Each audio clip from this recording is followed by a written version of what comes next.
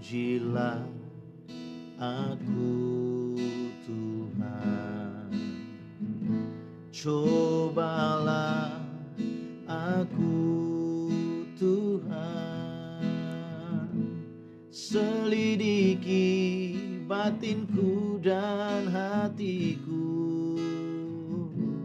mataku tertuju padamu. Aku cinta padamu Tuhan, aku rindu hadirat-Mu Tuhan. Aku ingin selalu dekat dengan-Mu, menikmati kehadiran-Mu. Ku nyanyi Hosana bagi Rajaku yang duduk di tahta. Aku muliakan dan ku agungkan, Kau layak disembah.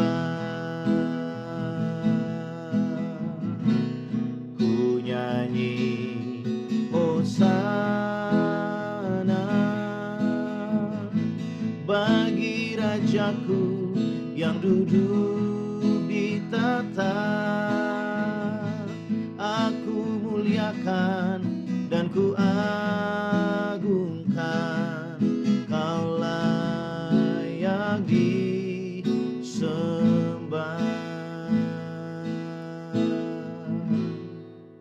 Pujilah aku Tuhan, cobalah aku Tuhan, selidiki batinku dan hatiku, mataku tertuju padamu. Aku cinta padamu Tuhan, aku rindu hadirat-Mu Tuhan. Aku ingin selalu dekat padamu, menikmati kehadiran-Mu. Ku nyanyi Hosana bagi Rajaku yang duduk di tahta. Aku muliakan dan ku agungkan, Kau layak disembah. Ku nyanyi Hosana bagi Rajaku yang duduk di tahta. Aku muliakan dan ku agungkan, Kau layak disembah. Ku agungkan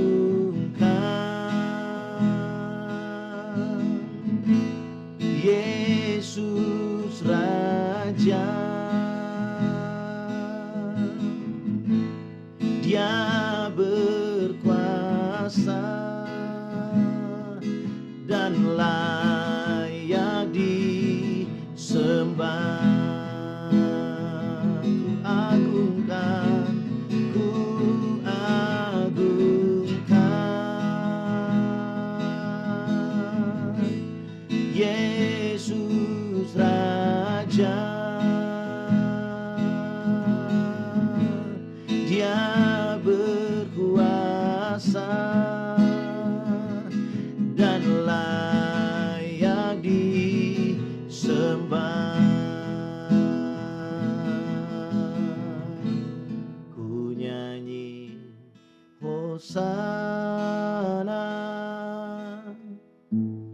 bagi Rajaku yang duduk di tahta.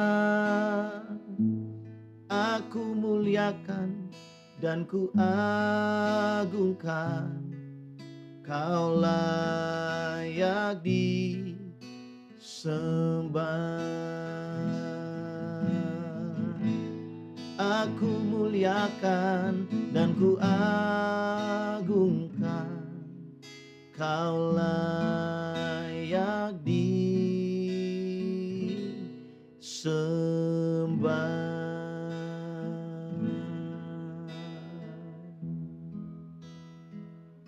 Hanya Kau yang layak Tuhan. Hanya Kau yang layak Tuhan. Terima kasih Bapa buat pagi hari ini. Kami bersyukur buat hari yang baru. Kami ada di minggu yang baru, minggu yang terakhir di bulan ini Tuhan.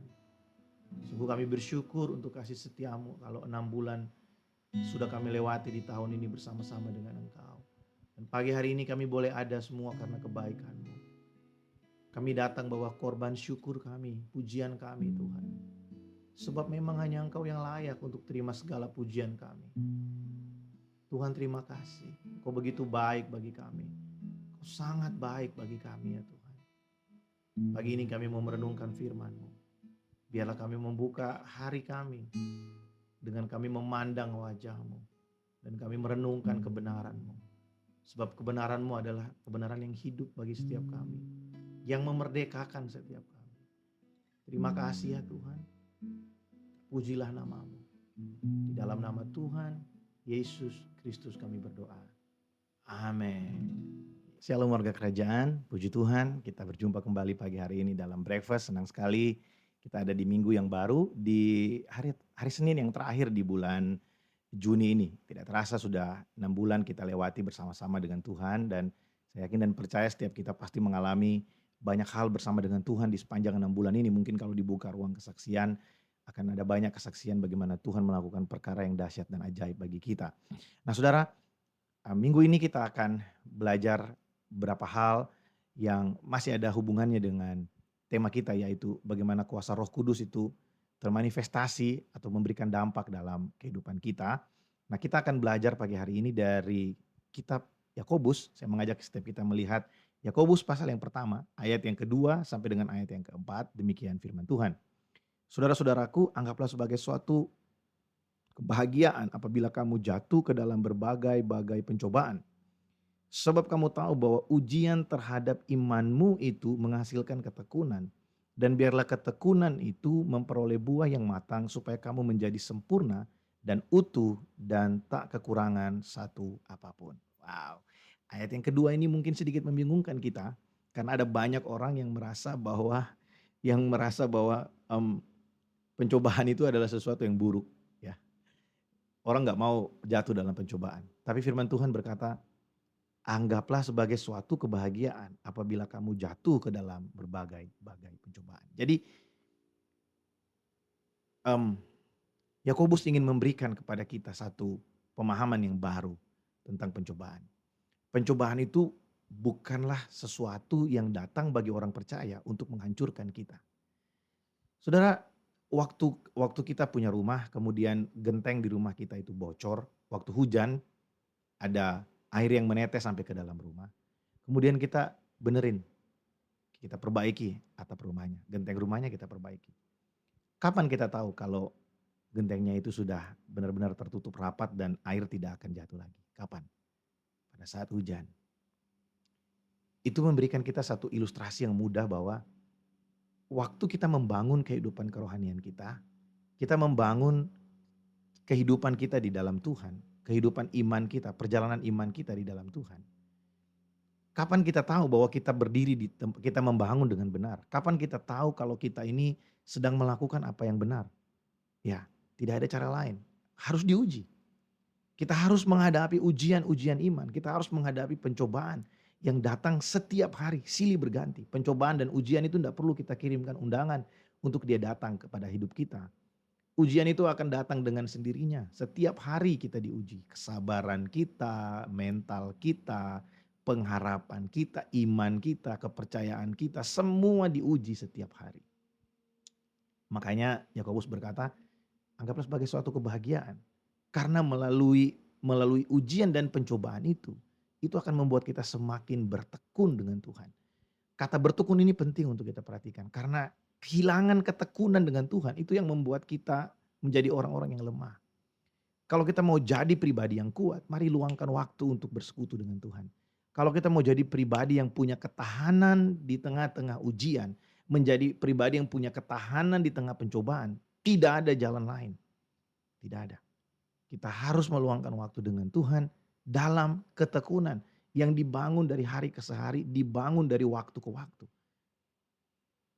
Saya berapa kali menyampaikan hal ini bahwa orang-orang yang meninggalkan iman Kristen, orang-orang yang meninggalkan Tuhan, kalau kita mau pelajari, orang-orang yang masuk kriteria yang tidak membangun hubungan dalam ketekunan dengan Tuhan. Mungkin saudara berkata, tapi Pak ada juga pendeta yang meninggalkan Tuhan. Iya betul, tapi coba kita cek bagaimana dia melayani. Bagaimana hubungannya dengan Tuhan. Kekecewaan itu bisa hadir ketika kita punya salah paham dengan rencana Tuhan kan. Kita kecewa karena sesuatu terjadi tidak seperti yang kita harapkan. Atau mungkin kita salah memahami maksud Tuhan dalam hidup kita. Kenapa kita bisa salah memahami maksud Tuhan? Kenapa kita bisa kecewa dengan keadaan? Ya jawabannya jelas. Karena kita tidak memberikan waktu yang benar, yang cukup untuk kita bersekutu dengan Tuhan dalam ketekunan. Kalau kita benar-benar mengerti rencana Allah, kita mengenal siapa Tuhan, bahwa Dia adalah Bapa yang baik buat kita, Dia adalah Allah yang punya rencana dalam hidup kita, Dia adalah Allah yang mengizinkan kita masuk dalam ujian dan pencobaan, tapi Dia bukan Allah yang membiarkan kita ada di sana sendirian.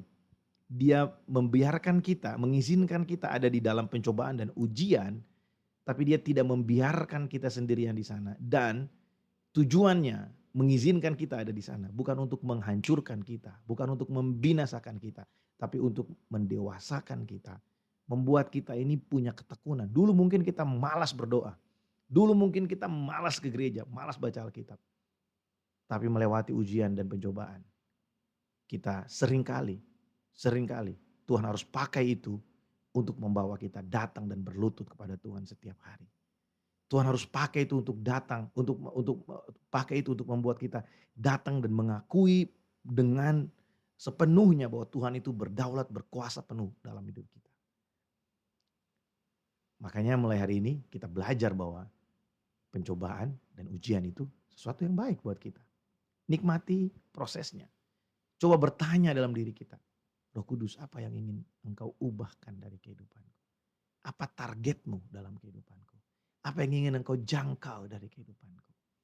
Seringkali kita berdoa, Tuhan berkati aku berlimpah-limpah.